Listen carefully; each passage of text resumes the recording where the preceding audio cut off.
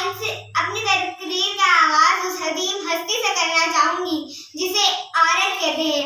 आइन से आलम इंसानियत की अलंबरदार औरत, वाव से वजूदे इंसान की बुनियाद औरत, रे से रानाइए कायनात का निशान औरत, और ते से तुम्हारे मौजूदे की पहचान औरत। ए औरत, तुम दुनिया में आती हो तो माँ बाप के लिए जन्नत की दलील बनती हो। बीवी की सूरत में अताअत से खुद जन्नती हो जाती हो, और जब माँ के आला मकाम तक पहुँचती हो ना तो जन्नत को तुम्हारे कदमों में डाल दिया जाता है। ए औरत, तुझे सलाम है, बिलाशुबा तू ही मौजूदे की पहचान है।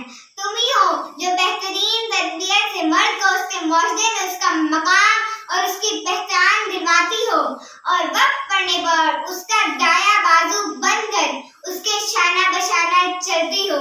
ए औरत, तुझे सलाम है, बिलाशुबा तू ही मौजूदे की पहचान है।